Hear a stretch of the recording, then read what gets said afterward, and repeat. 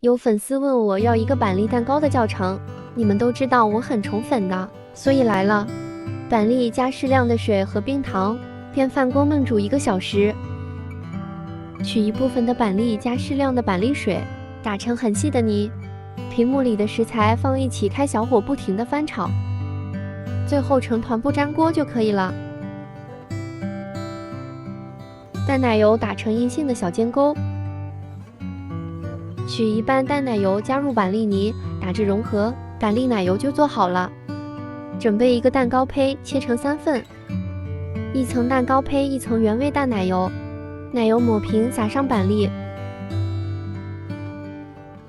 接着第2层蛋糕胚，一层板栗奶油抹平，再撒上板栗。第3层蛋糕胚铺好，就用裱花嘴挤出板栗奶油装饰一下。最后撒上板栗装点，栗子蛋糕就做好了。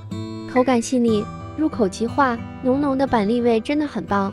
秋天一定要来试试这款蛋糕哦。